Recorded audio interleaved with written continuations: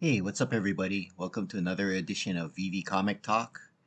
It is Thursday, September 1st, and let's go to the spreadsheet. So, the market is up today. So, we have, of the comics we're tracking, we have 56 up, 48 down, 25 even. We're starting to see a move in the prices compared to the average price. So, let's take a look here. We're seeing it slowly move up. The market is slowly rebounding after the gem squeeze as a result of ASM 300. ASM 300 is an interesting thing. I'm thinking of making a video about that. Oddly enough, that was one of the comics that I used to trade in the real world, buying and selling CGC ASM 300s and flipping those on eBay. I don't think I have any left.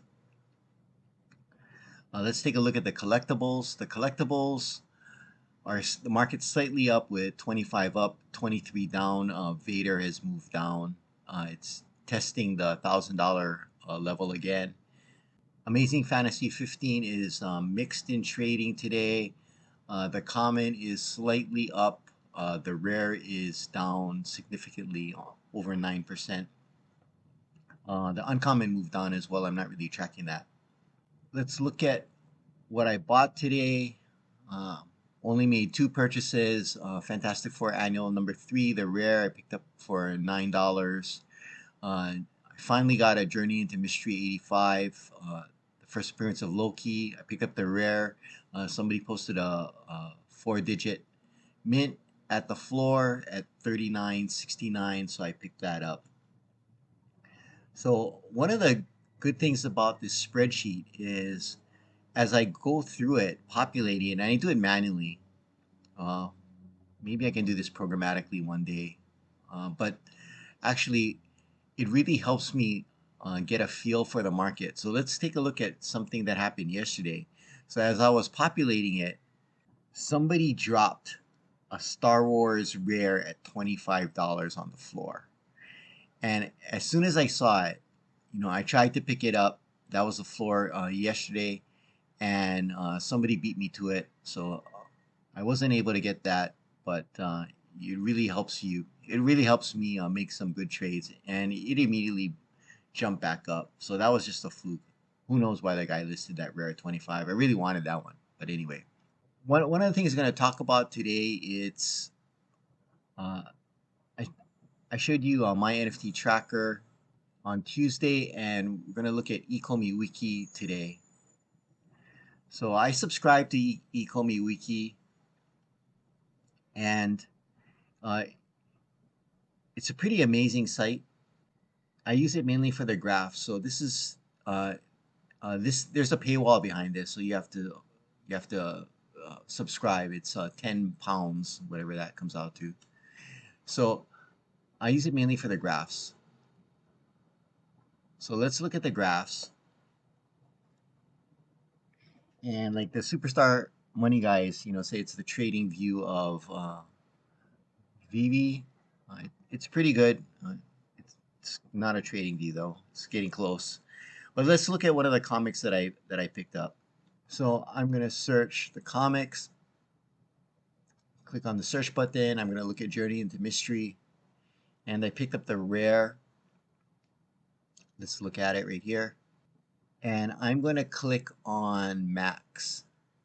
So this is one of the drawbacks with Ecomi Wiki is what you see here is if you're looking at some of the ones that have been in on VeVe for a while, it takes a while for it to draw the graph. So I actually got to change the aspect by moving my mouse wheel to get it to display.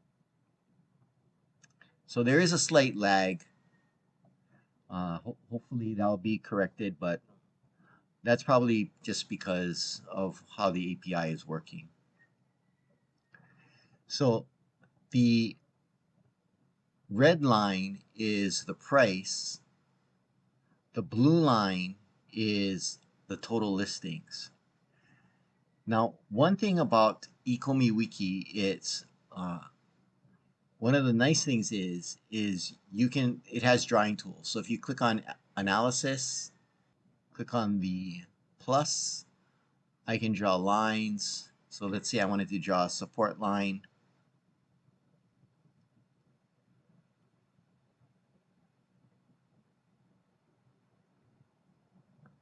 I'm going to draw it here.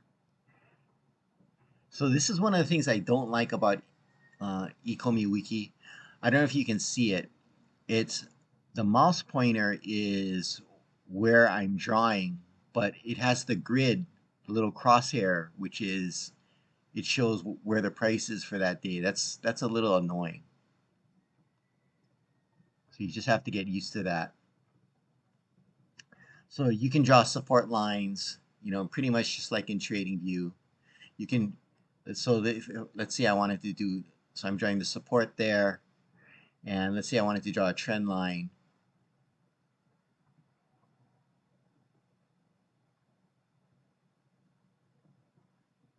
So if you're into technical analysis and charting, it's pretty helpful. So it's really nice that you can lay your support and trend lines on the graph. The junk thing is, unlike TradingView, it doesn't stay. So if I click out of it, I have to redraw it again. How can we use technical analysis when doing your trades right now in VeVe? Right now, what it's telling you is, what you're seeing here is uh, descending triangle. And that's basically saying that the market is just going to continue to head lower. We need to find some support. I'm kind of thinking that the next few months is going to be key because of this. When we look at some of the older collectibles, it'll all look like they'll all be descending triangles basically. But it's this support line here that is the key. So any break of this, and it's just gonna keep going lower. So hopefully we'll start seeing some consolidation here to build a base to where the market can move higher. The problem in VeVe is the trading volume. Let's go to the market, and I'm just gonna look at the journey into mystery. The problem is the volume is so low. So if you look here, I mean, there are only 142 commons, 45 uncommons, 29 rares, 21 ultra rares, and 24 secret rares on the market. That's incredibly low. Considering, I believe this is a 50,000 mint comment. So there are a lot of these out there. You can see there are 40,000 comments, and there are only 142 available for sale. So you can see how thinly traded that the market is. So what does that mean? So that basically means that a, a couple things. Like, so if it was a penny stock, this would be more like a penny stock. So in this thinly traded market, it means that the price is going to be very volatile. But it also means that there is a significant risk because the people that are holding, let's say the whales that are holding, they can dramatically affect the price. Now, how I'm looking at it is, I'm looking at it more, and again, this is not financial advice. This is just my opinion. I'm looking at it, it's more bullish because, and for this very reason, at the levels we're at now, if somebody comes in and just says, you know what, I'm going to dump 1,000 of these, there's going to be no market for it Nobody's going to pick. There's not enough people on the app. There's not enough money in the app to pick them all up. It's going to plummet the price. So there's no point there. I think we're at the point where there is no ability to liquidate everything. There's too little money in the market, and there's too much supply out there in that's being hodled. There's no advantage to anybody doing that, to crashing the market. So I think a floor is going to be established soon. The next couple months will be telling, and we should see various pumps, whether they be pumps or dead cat bounces. Uh, I don't see any sustained rally until we see a long period of consolidation. But in these pumps, it's when it's really a pump and dump is what we've been seeing. Every pump or dead cat bounce um, that we've seen, you see tremendous selling pressure uh, once we start seeing the volume increase. So that's where you can use things like Ecomi Wiki to track the pricing and also track the amount of listings. So when you see, like, again, a pump like this, you see the listings really jump up, and then the prices just plummet down. Every little spike, you see the listings really chop up, prices drop. So that tools like Ecomi Wiki will be useful for you for your to help you time when you want to pick. I mean, you're not going to pick the bottoms, you're not going to pick the tops, but if you're a collector or if you're an investor, it'll help you gauge uh, when's a good time to buy.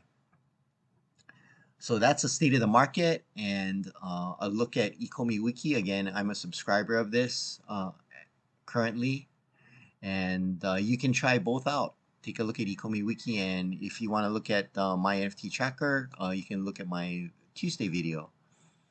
The spreadsheet, a link to the spreadsheet is in the description below. Thanks for watching, and aloha.